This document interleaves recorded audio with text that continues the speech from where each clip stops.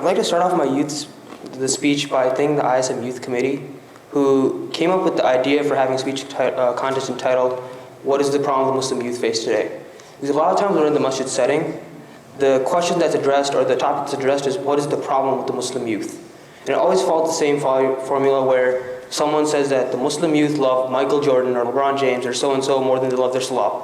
And it's always the same topic. And it's you have to think about it, because one time I went to an event in Sanad Mulaki Masjid, and I went with a brother who came with me, and the topic was the same one.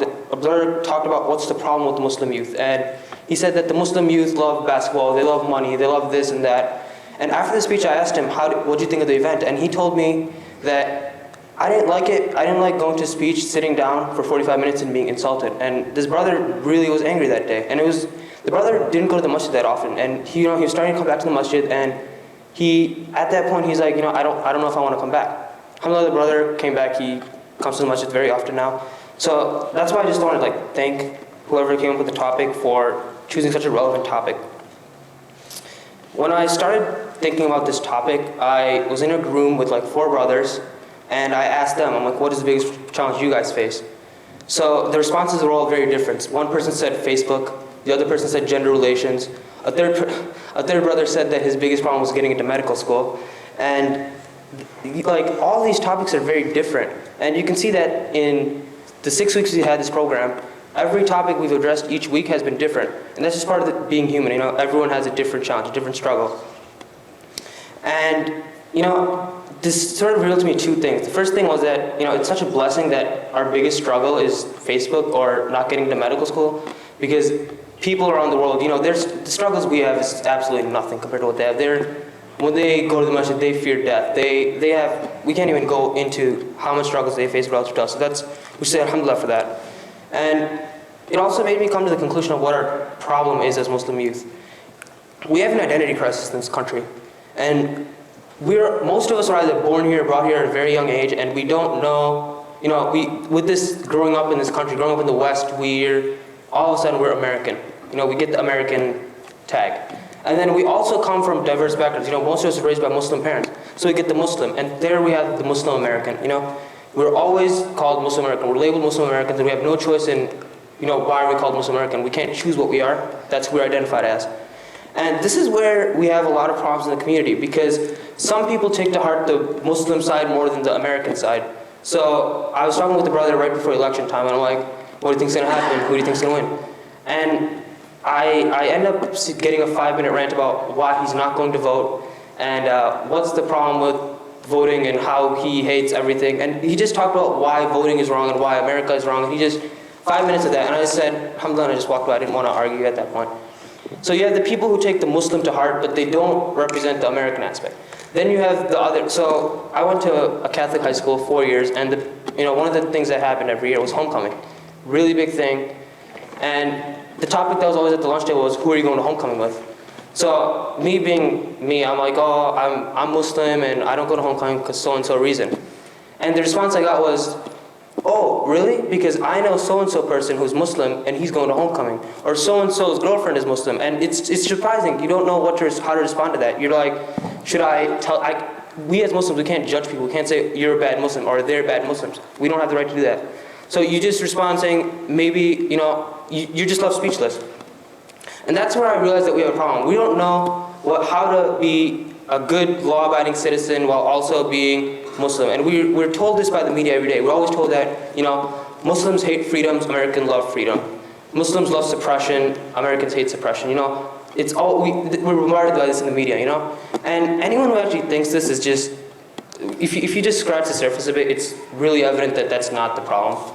Muslims love freedom just as much as anybody else. Islam was one of the first religions to say racism is bad. We didn't distinguish by race, we distinguished by your faith.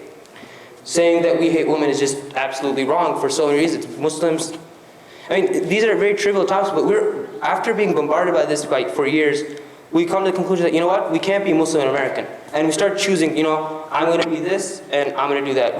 We come to the conclusion that, by wearing a hijab, I'm somehow going against the American grain. And, people face these challenges. And we, like any issue we face, we're supposed to go first to the Quran and Sunnah. And the response you might get is, oh, how can we go to the Quran and Sunnah? The Prophet ﷺ wasn't alive in 21st century America. He's not facing the issues we're facing. We're facing an identity crisis. We're Muslim and American, two completely different ideas. But you have to realize that the Prophet ﷺ, when he was preaching, the reason he was disliked by the people was because he was going against what they stood for. At the time, we all know the story of how the Meccans used to bury their daughters. Prophet ﷺ said that's wrong. Think of it. That's two completely different cultural ideas, but someone's saying that's wrong, someone's saying that's right. How did the Prophet deal with it? The Prophet was patient. When the Prophet was in Ta'if, he was stoned for his beliefs. He's like, you go against what we stand for. And the children in the street threw stones at him. And what do we get? The Prophet ﷺ had the choice of destroying the city between two mountains. And the Prophet ﷺ was like, be patient. And Ta'if, I went to Ta'if 2 years ago. It's actually a really nice city. It's a hill station. And the Muslims there, just think of it. If the city was destroyed, how would that city wouldn't exist now as the Muslims thriving city it is. Salat time was just absolutely amazing there because the entire city shut down. So we're supposed to deal with this identity crisis in the way that the Prophet ﷺ said. Be patient, Establish what your struggles are and know that your struggles your Muslim ideals aren't against your American ideals. You can combine these two ideas and be a good Muslim American. And it's really relevant to this series, the unforgettable moments, because the times that the Muslims were great, Muslim Spain, Baghdad, the entire this era, they were all powerful because the Muslims at the time were strong to their faith, and they also were good. They were also good citizens of their city or their state. And that's the main gist of what I want to say. It's just that as Muslims, we don't have to say that by being Muslim we're against this idea of being an American or being so and so. We don't have to see this identity crisis as something that's negative. We can look at it as something positive. And I'd like to conclude by saying a short story. I was leading Jamaat at Marquette University 2 weeks ago, and I led with my kufi. So I had my kufi on, and I had a class next period. So I walked right back to class. I was in philosophy class, and the kid next to me, I didn't realize I had my kufi on. He looks at me and he's like, "Why do you have a Jewish getup on?" And I'm like, "Jewish? This isn't Jewish." And I told him, "This is a kufi, and this is so and so and so and so." And I explained to him what a kufi was, and I'm like, "There's 1.5 billion Muslims in the world, and a lot of them wear it, and so on and so forth." So then I thought, why is it that 6.4 in the world today? There's 12 million Jewish people, and there's 1.5 billion Muslim people. In the United States, there's 6.4 million Jewish people, and a survey by CARE said that there's 7 million Muslims. Think about it, that if you think about it, that means that there's more Muslims than Jewish people in the United States. I don't know how accurate the CARE survey was because there was a US census or a Pew service that said something else, but if we have this many Muslims, why is it that we can't establish that the kufi is an Islamic symbol? And that's how I thought of that as a microcosm of what we face today in the United States. We think of it that we should let people know, this is Muslim. That's how you spread goodness in a society. You say that we're Muslim, we don't stand against you. These are our ideals. This is how we address certain situations facing the nation today. And inshallah, I hope we can act on these ideals. Assalamu alaikum. If I could go ahead and welcome you guys all to the very first round of Who Wants to Be a Millionaire. Tonight we have our first contestant. What's your name? Alimia. He's going to be going up and see if he could be a millionaire. Do you guys think he has what it takes to be a millionaire? No. Yes. Thanks for all the faith and support, brothers. All right. So you feeling confident today? Yeah. Yeah? You think you got these questions down? Yeah. All right, if I could have my computer go ahead and pull up the first question for me. There's choices, right? Yeah.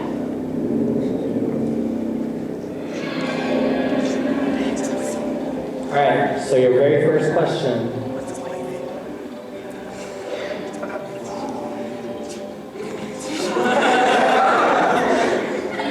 Seed. Well, that was okay, fine, you got that question. I didn't have to read it. Easy for me.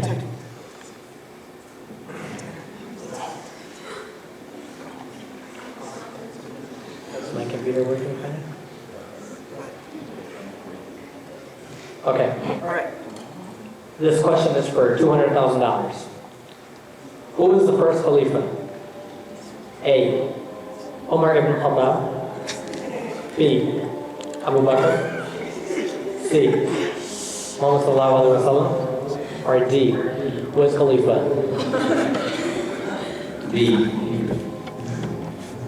Alright. Says B. Computer says? B. Correct answer. Okay, go ahead and move on to question for $300,000. From here, you have to adjust it a little bit higher. The money is made up, but you're not going to get any money. Alright. Where did Muhammad sallallahu alaihi wasallam grow up? A. Medina, Saudi Arabia. B. Jerusalem plus Palestine. C.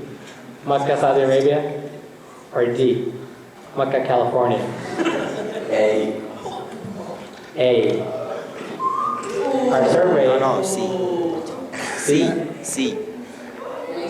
Alright, so I said C. this is going to be for my crowd and for my producers to decide. C. Our contestant said A at first, but then he changed his answer to C. Was the answer up on the board before he changed his answer to C? Nope. I didn't get to ask final answer. Okay, you know what?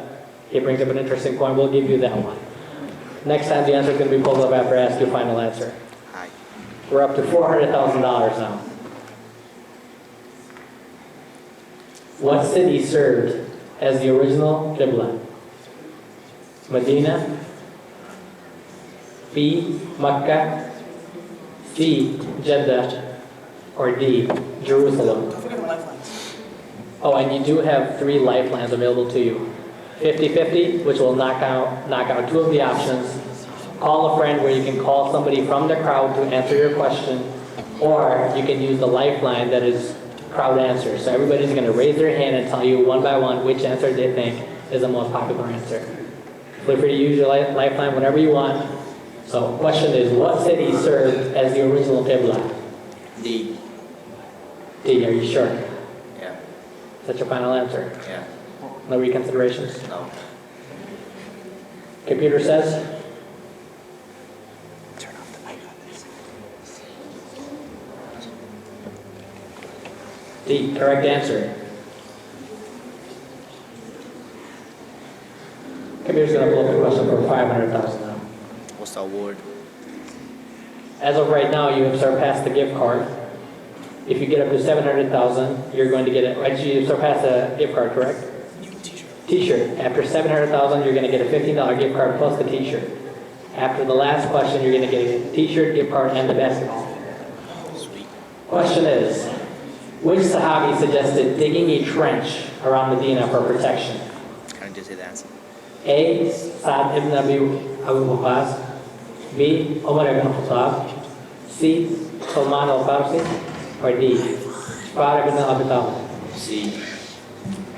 Are you sure about your answer? Yes. You don't want to think about it? Nope. You know, if the answer is wrong, you're going to be knocked out from the rounds. You're only going to get, you're not even going to get the T-shirt, because you could either take the T-shirt and go home, or... It's alright. All right. He says C. Computer says... Correct answer. We're going to go ahead and move on up to $600,000 now.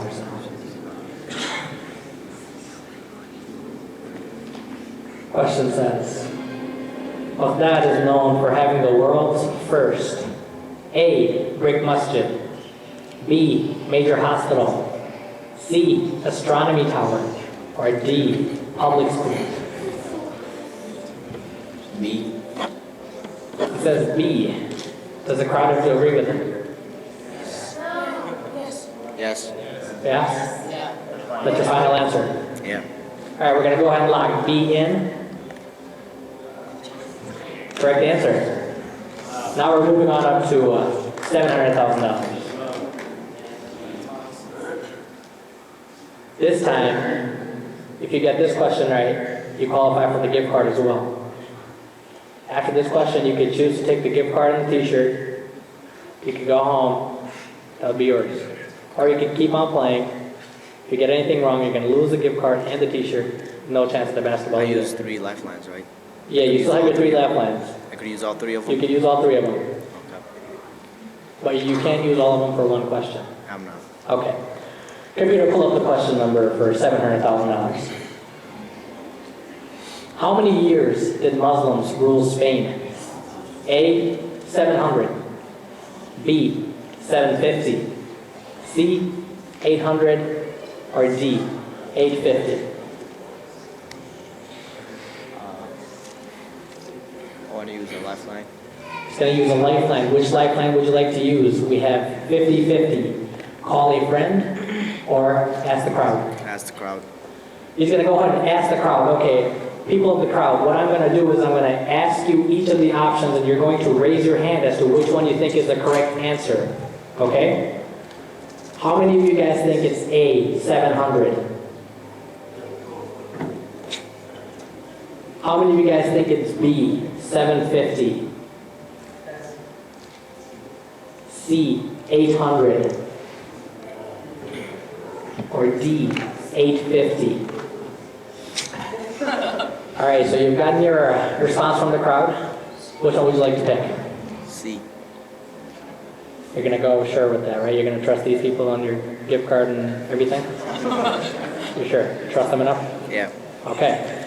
He's going to go ahead and lock in the answer C. Computer says C is correct. We're going to go ahead and move on to $800,000 now. It's getting tougher and tougher, huh? Feeling confident still? Yeah? All right, if the computer could go ahead and pull up the questions for me. From what Arabic word is Gibraltar derived? A, Jabal al-Nur. B, Jabal al-Dur. C, Jabal al-Sita. Or D, Jabal al-Tariq. A. Are you sure? No. No? They don't want to go with A. Are you sure we can pick A if you'd like? Can't take the t-shirt in the car. It's up to you. Like you've gone up to 800,000. You could have chosen to take it home before, but now that you've seen the question, you still have two more lifelines. Like you could call anybody from the audience who you feel like is qualified enough, or you can do 50-50. I'll use a lifeline. All right, he's going to go ahead and use his second lifeline. He has one more remaining. Which lifeline would you like to use? Call a friend. He's going to go ahead and call a friend, somebody from the audience. You get to go ahead and pick.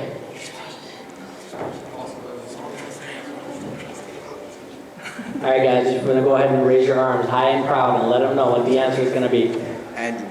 All right, what do you think the answer is? All right, he's going to go ahead and tell you that the answer is D, Jabal al-Tariq. Do you trust him? Yes. You feel like that's going to be the right answer? Yes. Enough to lose all your points, too. You know that, right? All right, computer, he's going to go ahead and lock in the answer D. If you can show me if that's the correct answer. That is correct. D is the correct answer. All right, so far we've gotten to 900,000. You have gotten all the questions right so far. You are to the point where you could either take your t-shirt and your gift card, you could go home, that'll be the end of the game. Or you could answer two more questions correctly. You have one lifeline left. Answer two more questions correctly, you're going to go home with the basketball, the gift card, and the t-shirt. Can I see the basketball? Yeah, he wants to see the basketball. Anybody have, do we have the basketball available in front of us right now? He wants to see the basketball. It's a Spalding basketball for right now. Woman's size? I'll take my stuff. Just could be showing the basketball. It's not a women's size. It's a regular basketball.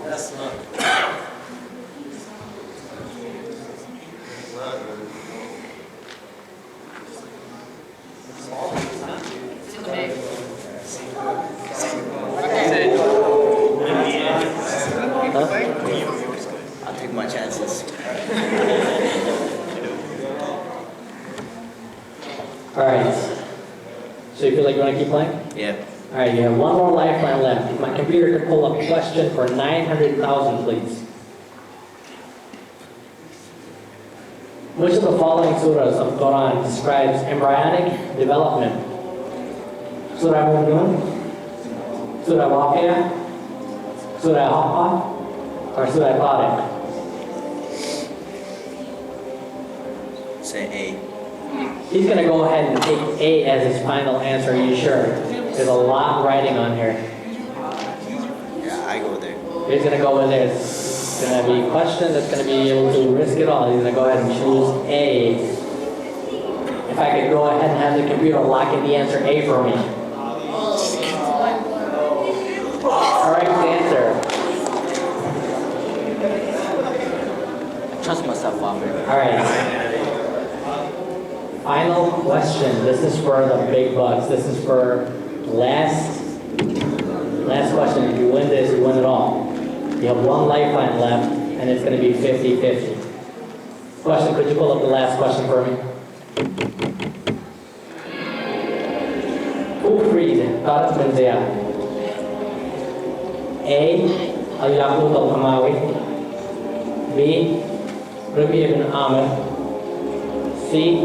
Musa bin Musayyab. Or D. Muhammad al-Idrisi. I'll use my lifeline. It's going to go ahead and use this final lifeline, guys. We're going to go ahead and use 50-50. The answers that we're going to eliminate are A and B. Choose between C and D.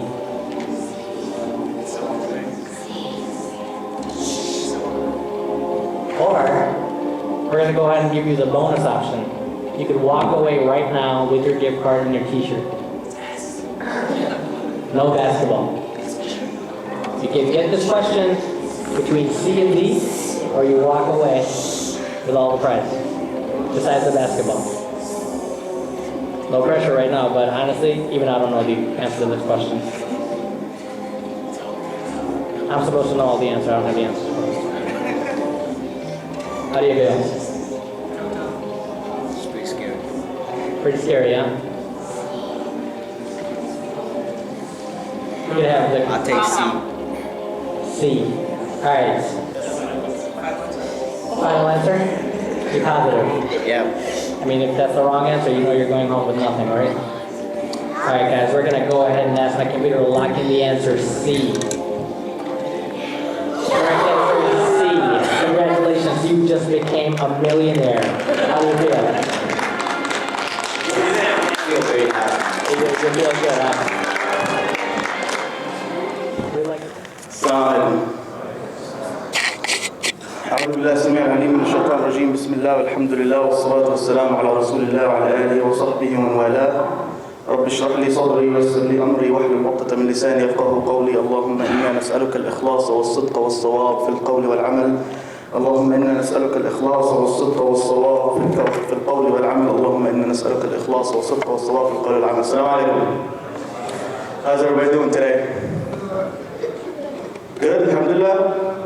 I didn't get an enthusiastic response. Assalamu alaikum. How's everybody doing today? Alhamdulillah. First of all, I want to thank Brother Amir for that warm welcome and thank all the organizers of this event. MashaAllah, it's been a great event. I've been here on and off. I haven't been able to come every single week, but every time I came, it's a full house, MashaAllah. The speakers are amazing and the program is amazing overall. So Jazakumullah khair. And I ask Allah subhanahu wa ta'ala to make this meeting every single week in our record, inshallah, on the day we meet Him.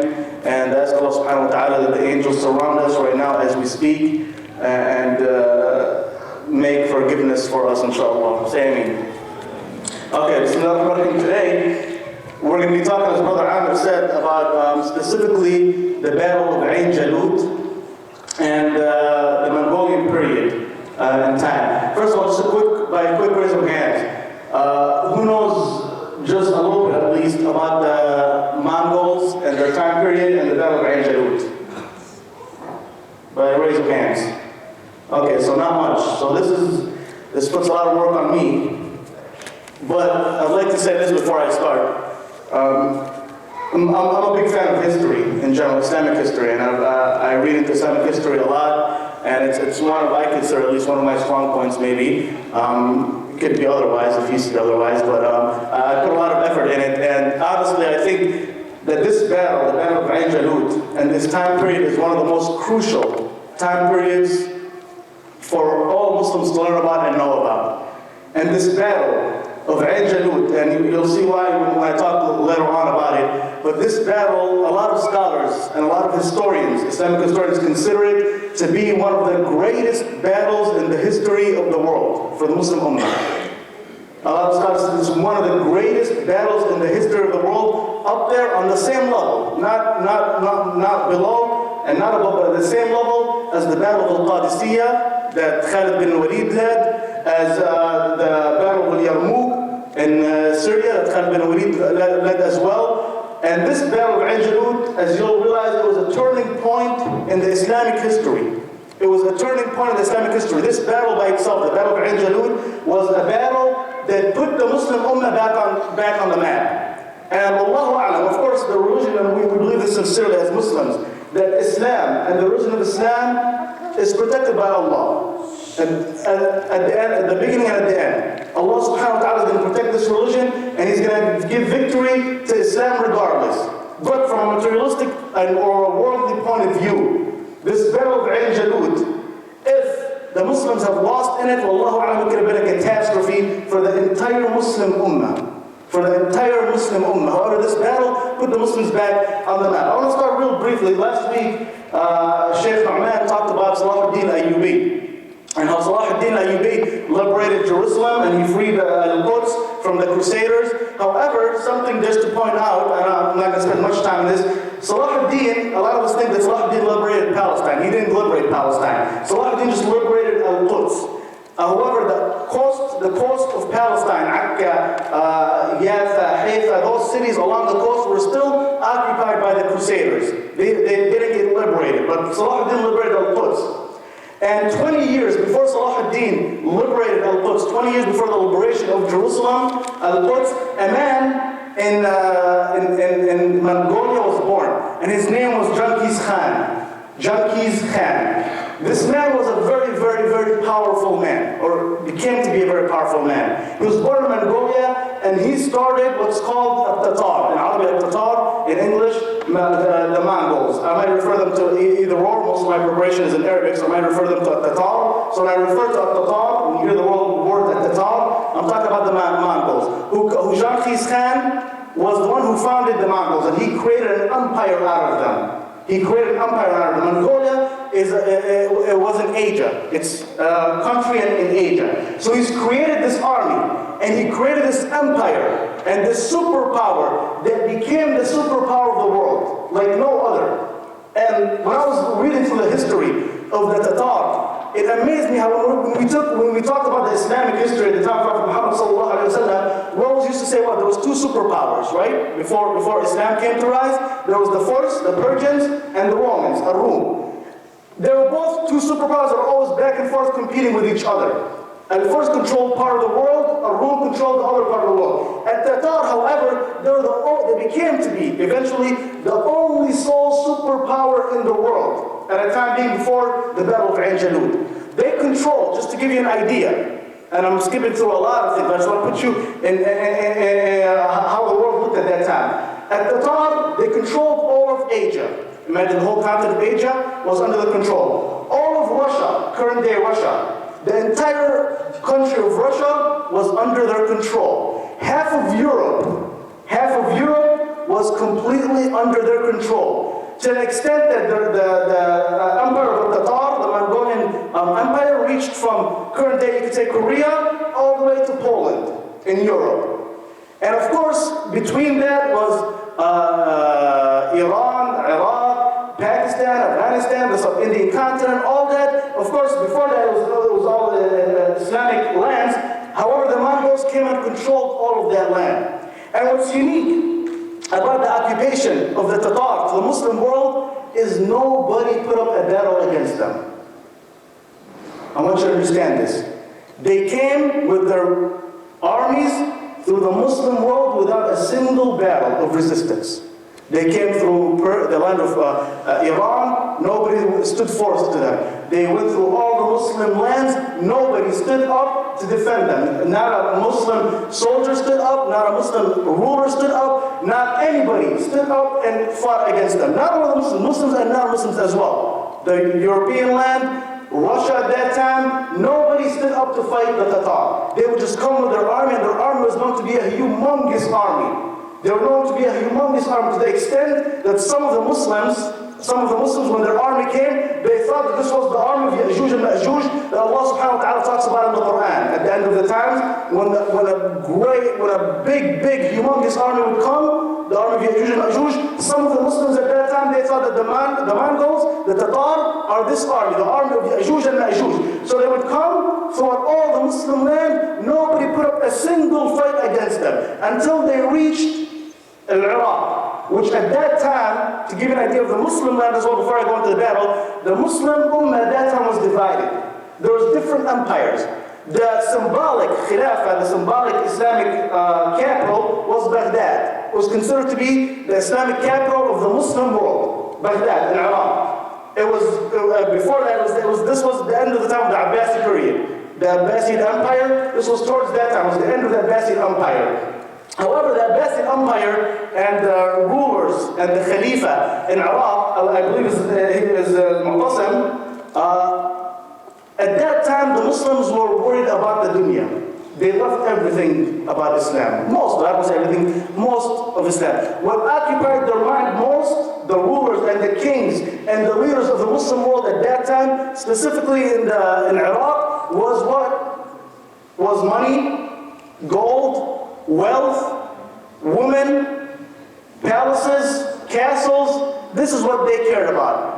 Every single ruler of a Muslim state wanted to build himself a fortune. He wanted to purchase himself the most castles he could purchase. To the extent, and this is very amazing, that while the Mongols and the Tatar were coming and occupying the Muslim land, the ruler of Iraq, the Khalifa of Iraq, in Baghdad, sent a letter to one of the leaders and one of the governors of Al-Mosul. Al-Mosul is a city in Iraq. He was a Muslim, of course.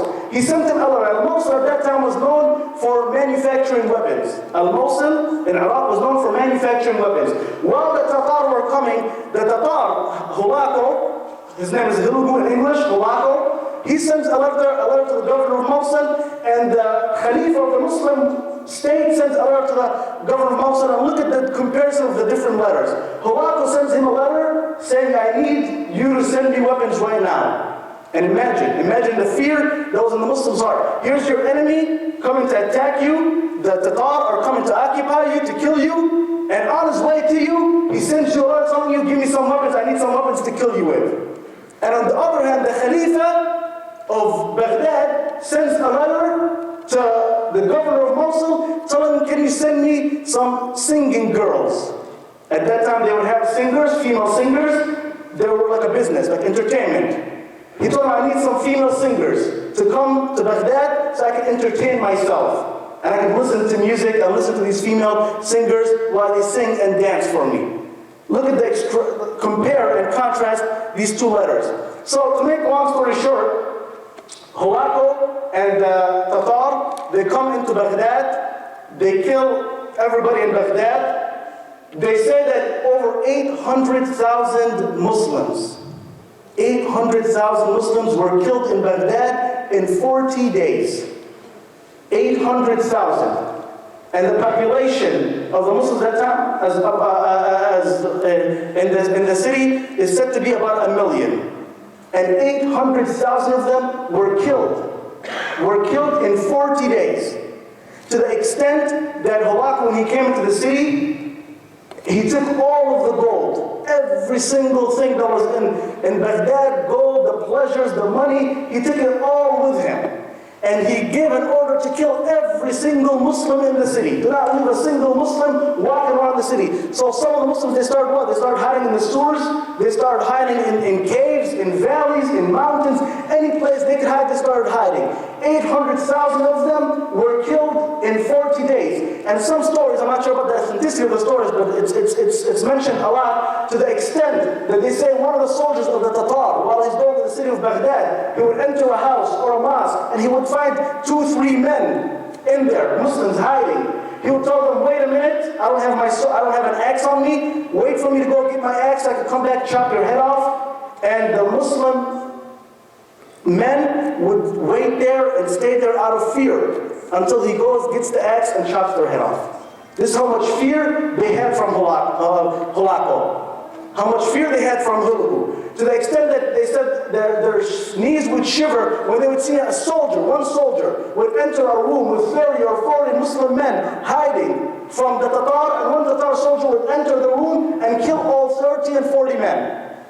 That's how much fear that the Mongols had spread in the mind of the world, not only the Muslim Ummah, but specifically, especially the Muslim Ummah at that time in Baghdad. So 800,000 are killed in 40 days, and they say that the Euphrates River in Baghdad turned red from how much blood was spilled in it. Imagine 800,000 in 40 days, it turned completely red from the blood. After these men were killed, then what did the Mongols do? They went to the great library of Baghdad, which Baghdad at that time was, it was the capital of the Muslim world. All the knowledge, or the vast majority of the knowledge of the Muslim Ummah was in Baghdad. They went to the library and they dumped all the books in the rivers, and they burned some books, and they say it's narrated that the river flooded with red, and then after the red wind, blue and black filled the river, which was the ink of the books of knowledge of the Islamic books in Baghdad.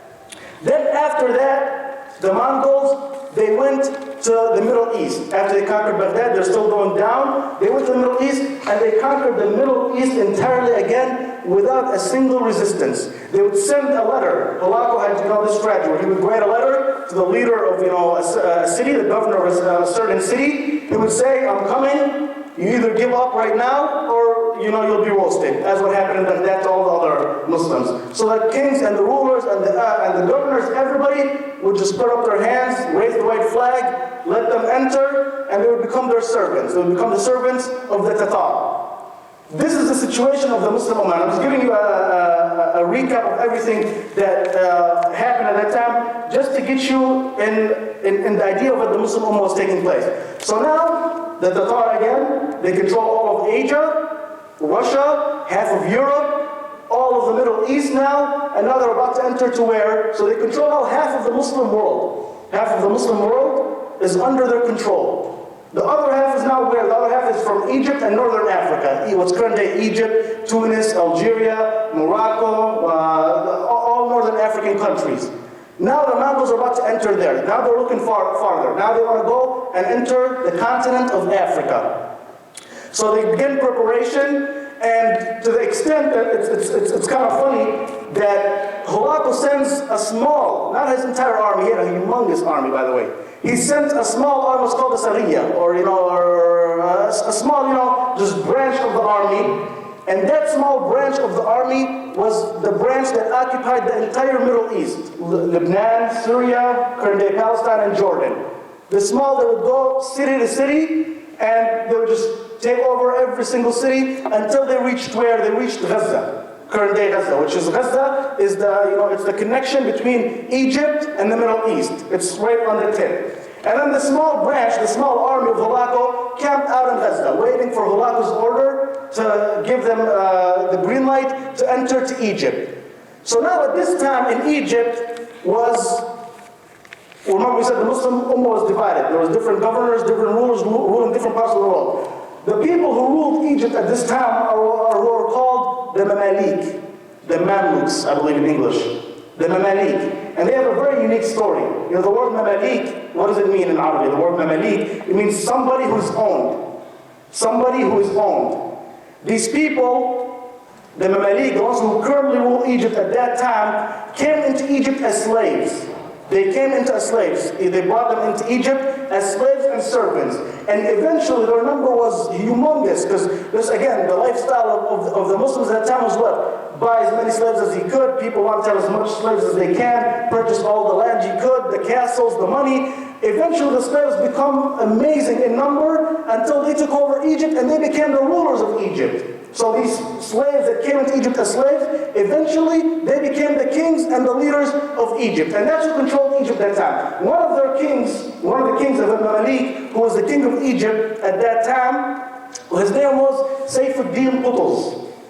Al-Muzaffar Saifuddin Qutuz. And this is a very important name to remember. Saifuddin Qutuz. He was the leader of Egypt at that time. And he had just become the leader of Egypt.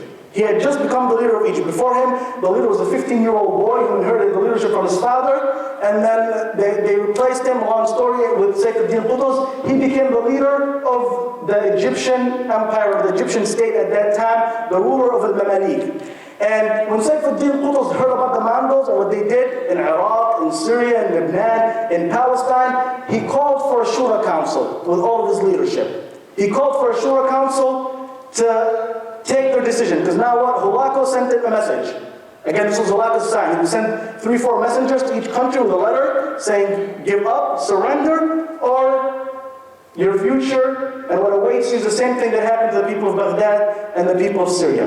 So Hulako sends in a message to Saifuddin Qutuz, and Qutuz gathers his leadership council, his military council, his Shura council, and he asks for their advice. What do you suggest? Should we fight or should we not fight? So then, or should we basically give up and surrender, or should we fight? At the end of the day, the decision was taken that we will fight.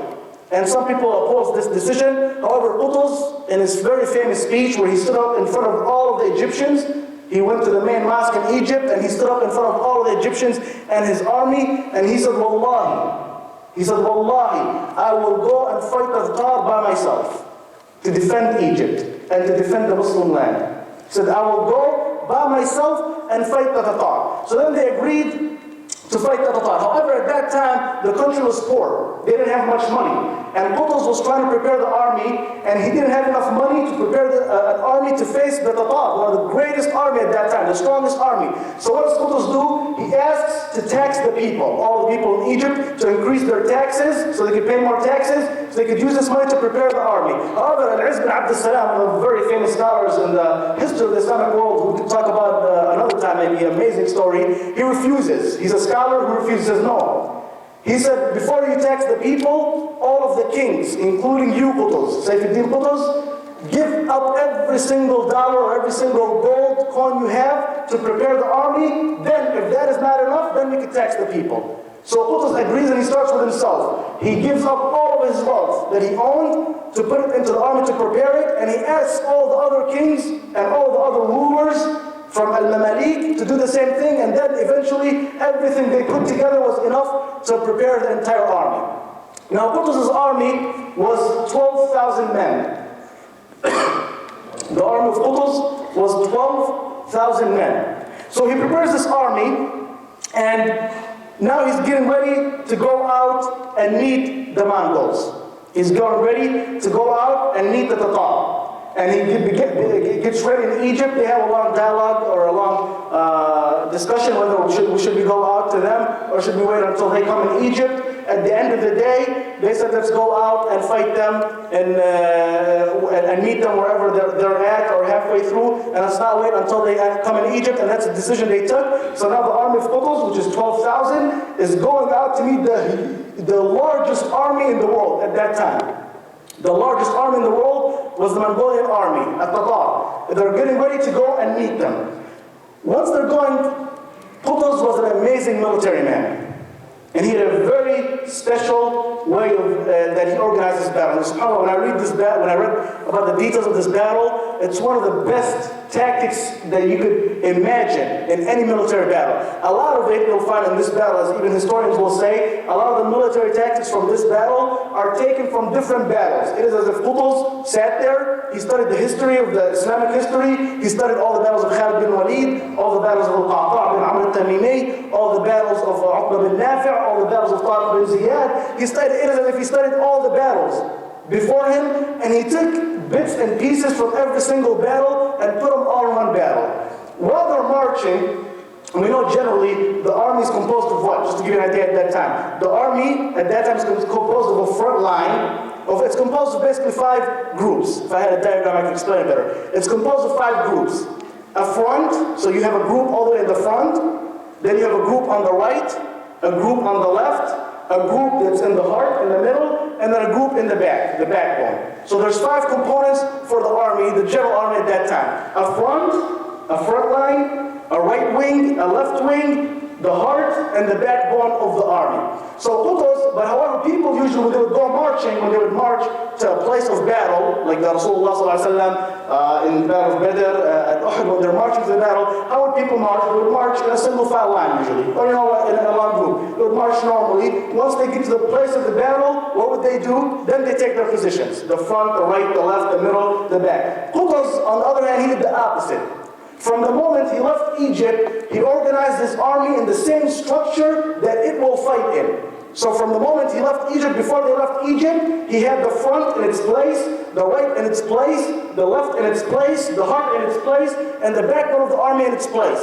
It is as if he was anticipating an attack at any moment. He wanted to be ready 24/7 while he's marching to the battlefield. And he did one thing that's very unique as well, that's different. He made the front of the army, the front group, the front line of the army, go ahead by a while from the rest of the army. So it is as if it was its own army. Imagine now, here's the army in front of you. You have a left wing, a group in the left that has one leader, a group in the middle that has its leader, a group in the right that has a leader, a group in the front that has a leader, and a group in the back that has a leader. And Qutuz was the leader of all of these armies. He told the front army, which the leader of it was Ruknuddin of Zahir Peppers, a very important person as well to remember. Al-Zahir Peppers was the leader of the front army. And Qutuz also made the front army the strongest army. Usually the strongest army in any military is usually the heart of the army, in the middle.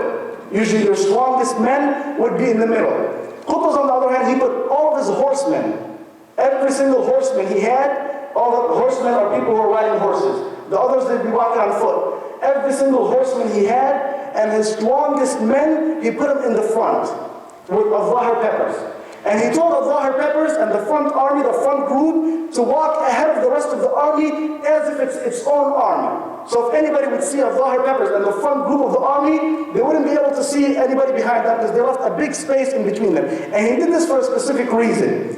He knew that the Tatar and the Mongols, they will send somebody to spy on the Muslim army to get an estimate of how many they are, what do they have, what's everything going on. And this is exactly what happened. As Zahir Peppers was entering Palestine through Gaza, we said that the last military group from the Mongols camped out where? In Gaza, right? So they saw who? They saw Zahir Peppers, and they knew that Qutuz was coming with an army. So they saw this army, every single one of them was riding on a horse, and it was their strongest men, and they looked around, and that was the only thing they saw. They didn't see anything behind it, because they were still far back, the rest of the army. So then at that moment when they saw this, they said, well, this is a small group. We can take them out ourselves. We don't need to ask Holako for backup or ask for more backup. So they waited until Zahir Peppers got into Gaza. This was the first battle, it was the Battle of Gaza. As Zahir Peppers entered Gaza with the horsemen and the front part of the army, there was a small group that was maybe equal in size with Zahir Peppers from the Tatar. They thought they could take them on themselves. They fought them, and Zahir Peppers, of course, won that battle and killed most of them. However, a few ran away and went back to Syria, to the rest of the Tatar army. And when they went back to Holako in Syria, what did they tell him?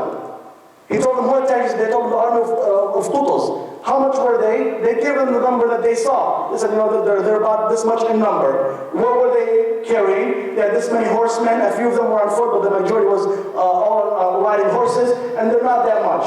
So Holako looked at this and he smiled and said it was a piece of cake, This little group is coming to attack me. So at that time, what Holako did, he prepared an army, a humongous army, of course, like 10 times as much as Qutuz's entire army put together, not only the front line, as much as Qutuz's entire army. However, he kept a good chunk of his army, Holako, with him, and he went back to Mongolia. He didn't even bother staying for them. He was usually the head of the military. He didn't bother staying because he looked at him and said, no, this is nothing.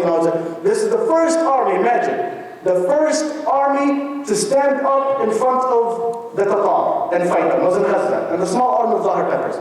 So Holako prepares this army, and then Qutuz continues with his army, and Zahir Peppers is still in the front until they reach the area of Ain Jalut, which the battle's name is Ain Jalut. And that's an area in Palestine. Ain Jalut, for those who know the map of Palestine, it's north of Nablus and south of Bisan. It's in the middle, between Nablus and Bisan. And it's a valley. It's a valley that's surrounded from three sides with hills and mountains. I want you to imagine the scene of the battle right now. It's a valley that on the right side is all hills and mountains, and on top of the hills and the mountains is a forest. Same thing on the left side, hills and mountains, and on the top is a forest with trees, bushes, and everything. And from the back as well, there's hills and mountains and a forest. So Qutuz, he chooses this spot to be the spot of the battle, and he arrives there first. And he goes and he enters the valley. The only entrance to the valley is where? From the north end. From, you're coming to me, imagine you're the army right now, you're coming to me, that's the only way to enter. On the right, there's mountains and a forest. On the left, there's mountains and a forest. On the back, there's mountains and a forest. So Qutuz goes and camps out in the middle of this valley. And subhanAllah, at this moment something amazing happens. At this moment, while they're camping out and waiting for the Tatar to come, all of the Palestinians from the land of Palestine come and join the army of Qutuz. And this a lot of time when you read it in the history, you can overlook it. Okay, so what? So some people that were there, they're Muslims, they came and joined Qutuz. They joined Qutuz's army. But I want to take a step back and think about this. Just a few weeks ago, at that time period, that small army that got defeated in Gaza, that we talked about, that occupied all of Palestine, came and went through all of Palestine and occupied it without a single man raising a sword, or without a single man defending his land or his house. How come now all the Palestinians came at that time and joined Qutuz? This shows the importance of leadership and a role model in the Muslim Ummah. When the Tatar came and occupied all of Palestine, there was nobody, there was no leadership to stand up and defend the land of Palestine. And that's why everybody stayed in their home and they raised the white flag. When now they saw Saifuddin Qutuz coming with an army, and Saifuddin Qutuz represented Islam, and he was very well known in his character and his humbleness to Allah subhanahu wa ta'ala and his worship for Allah subhanahu wa ta'ala. When they saw a true leadership, a role model in front of them defending the land of Palestine, that to them, if you want to look at it from a nationalistic point of view, he's not Palestinian. If he wanted to defend anything, he could defend Egypt. So when they saw this Muslim man coming all the way from Egypt, and he's the king of Egypt, he himself has come out to lead the army, to fight the largest and the greatest army in that time, the army of the Tatar, this gave energy and hope for all the people of the area. All the people of Palestine, some even the Syrians and the people of Jordan at that time, they came and joined the army. However, Qutuz was very strategic. A lot of these people weren't trained for war. They weren't war people. They came, they wanted to help, but they didn't know how to operate in a war. So he looked at every single one and he evaluated every single one. Those who knew how to fight, which were very few, he took them and he included them in the army. The majority of them didn't know how to fight. And they were men, but they didn't know how to fight. So when he used them, he used them for other purposes, medical purposes, or transforming weapons, taking care of certain issues. He used all of them. And then a surprise came to Qutuz that some of the women and the elderlies of the people of Palestine, of that area, came and they wanted to fight as well. Imagine here's a 60-year-old man coming to Qutuz, or a group of 60, 70, 80-year-old men, and some women, some farmers, they're coming to Saifuddin Qutuz, telling them, we want to fight in your army.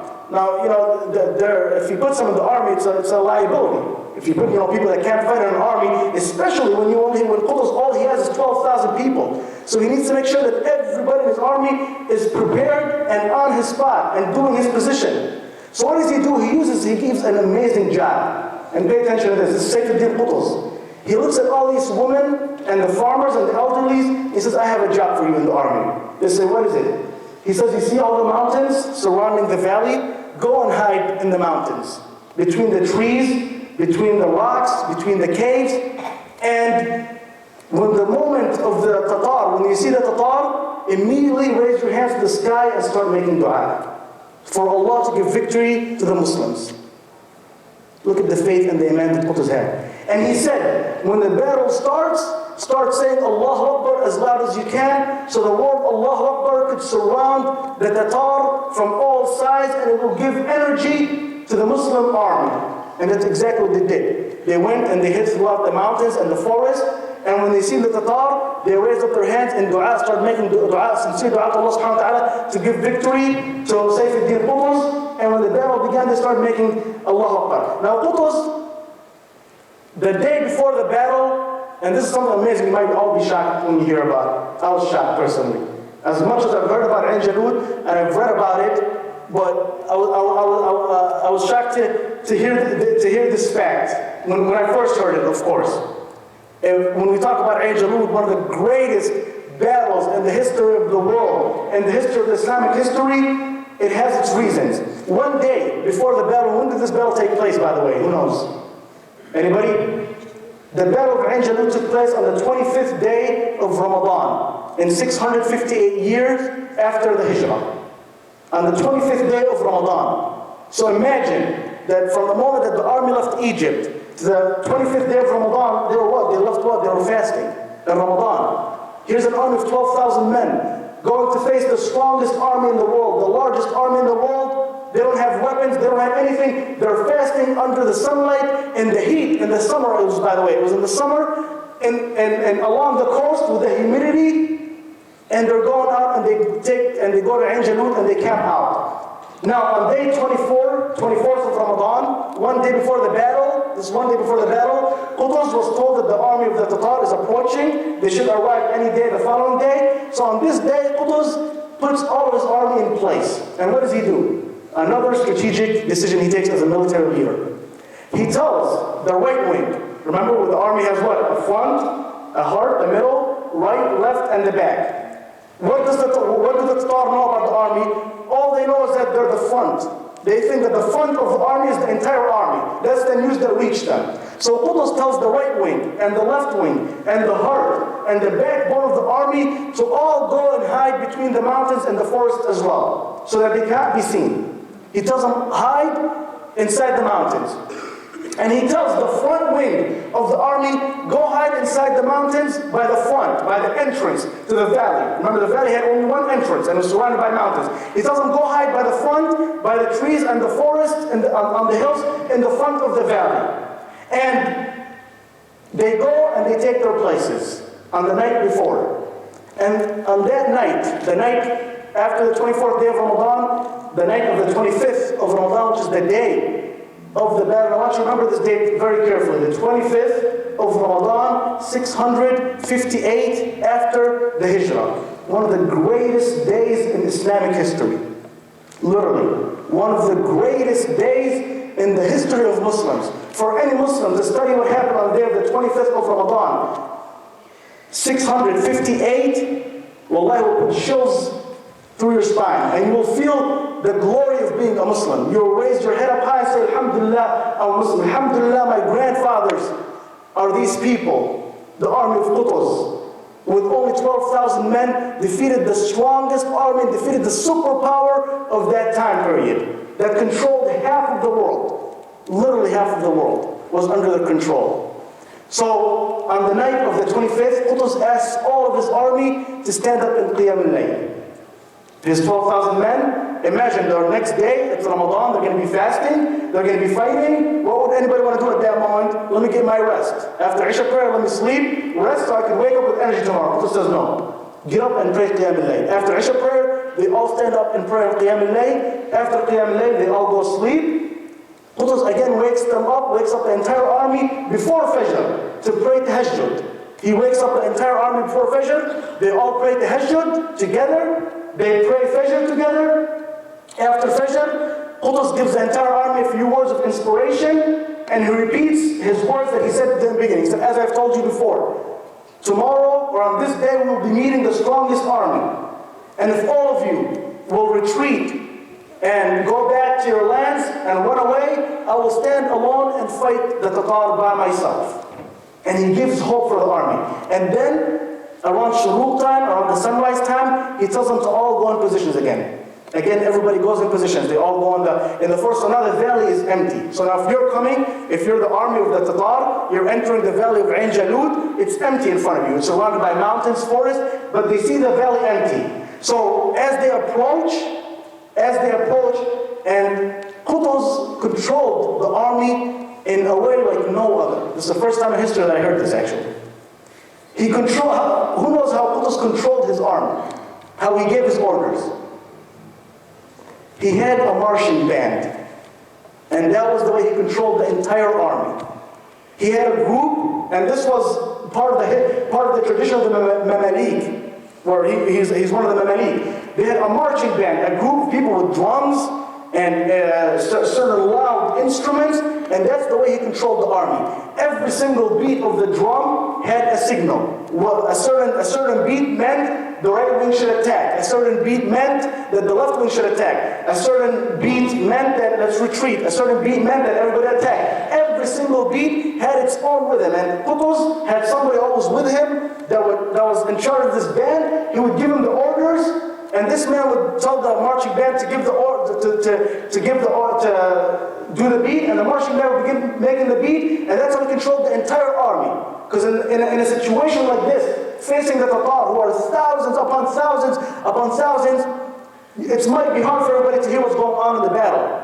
So he had a marching band the way he controlled the army. So as the Tatar were coming, what happens? The marching band he gives them the order, and they begin playing. And his Qutuz's plan had 3 phases. That's all his plan was, 3 phases. The first phase, as soon as the band began playing, the introductory of the army, the front line of the army that was led by Zahir Peppers, they divided themselves into groups as well.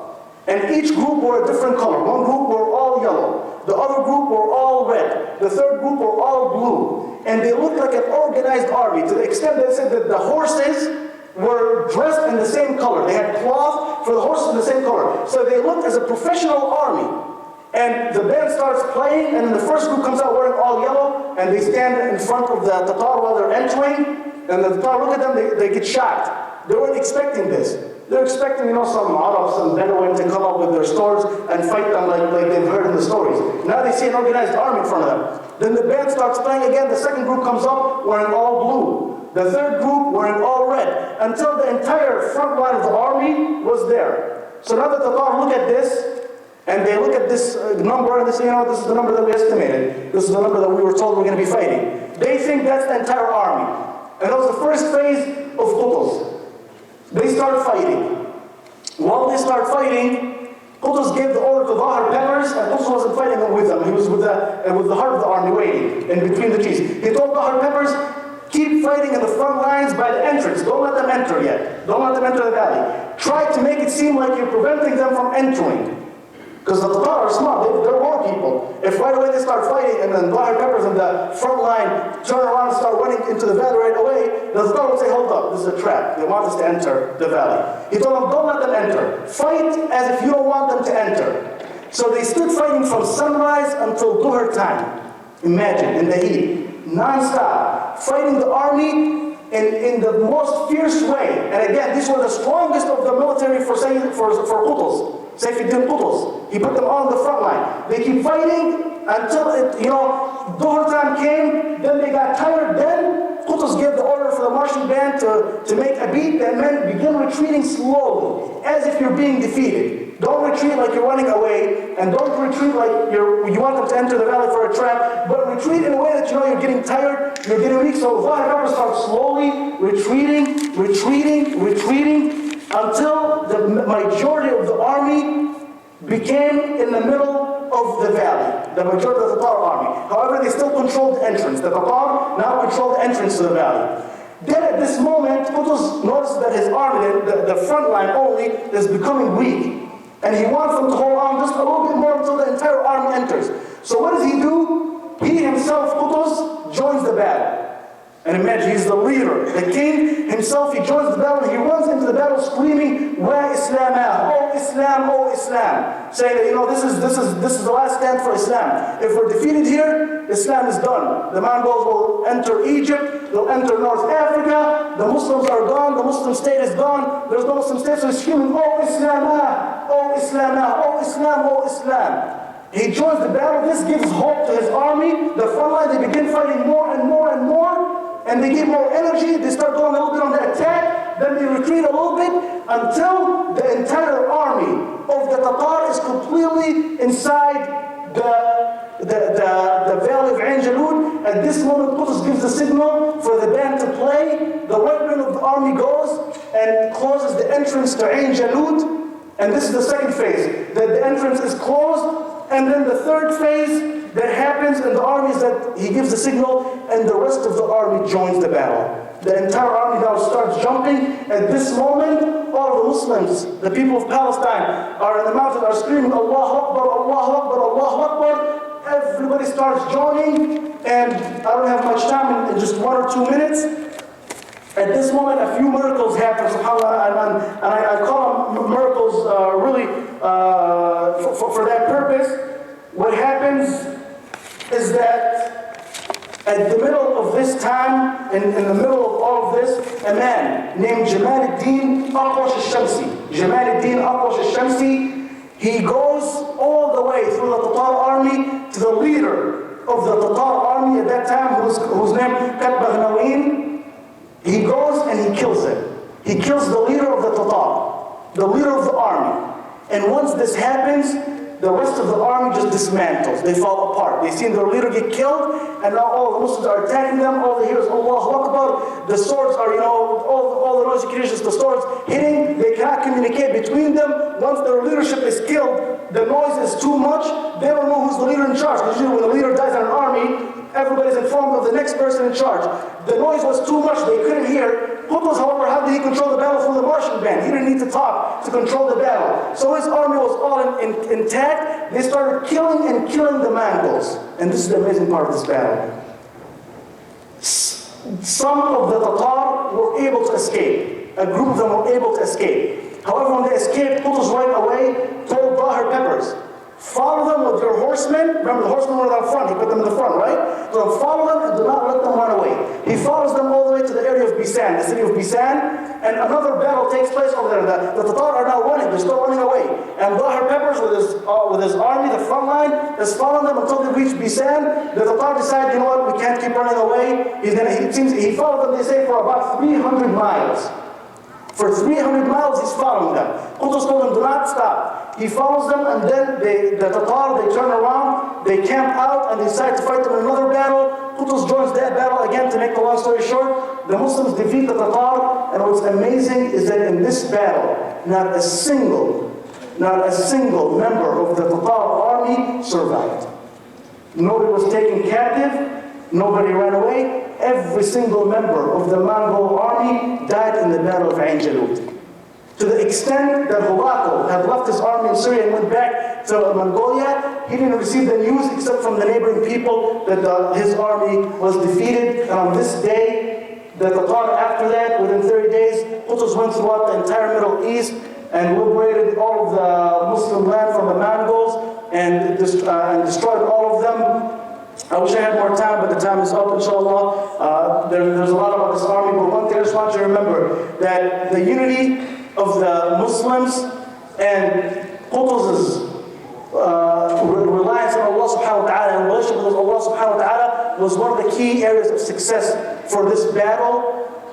And at this battle, the Battle of Ain Jalut, on the 25th day of Ramadan, 658, Sayfuddin Qutuz destroys the Mongolian army entirely. Not a single man survived and left the battlefield with only 12,000 men. With only 12,000 men, and at this moment, from that moment on, Qutuz was able to unite the entire Muslim Ummah again under one leadership, and that leadership became to be known what we currently know as Khilafat al-Mamalik, the Khilafah of the Mamalik, the Mamluks, which Qutuz was the leader at that time, and that was actually one of the greatest khilafahs in the history of the khilafah. Even though they had some mistakes, but it was one of the greatest time periods of the Islamic Ummah and the Islamic world, and the starting point for this great khilafah that came, Khilafat al-Mamalik, the Islamic State. The starting point for all this was the Battle of Ain Jalut that sparked this, and that's why I said in the beginning, I want you to remember this. Ain Jalut was a turning point in the history of Islam. If the Muslims were defeated in Ain Jalut, Allahu A'lam, until then, another leader would have came to revive the Ummah, but the victory was given to the Muslims at that point from Allah subhanahu wa ta'ala. There's a lot of details, by the way, in the story of the battle that are amazing, that I skipped over because of time, but I ask Allah subhanahu wa ta'ala that let me together again, inshallah, talk more about this. I ask Allah subhanahu wa ta'ala to forgive all of us, to unite all of us, to give us all the power, and to bring Islam back, inshallah, within our hearts, and to see see Islam spread again, see justice spread again, inshallah. Jazakumullah khair, subhanahu wa bihamdik. Ashhadu an la ilaha illa anta, astaghfiruhu wa atubu ilayhi. Assalamu alaikum wa rahmatullah.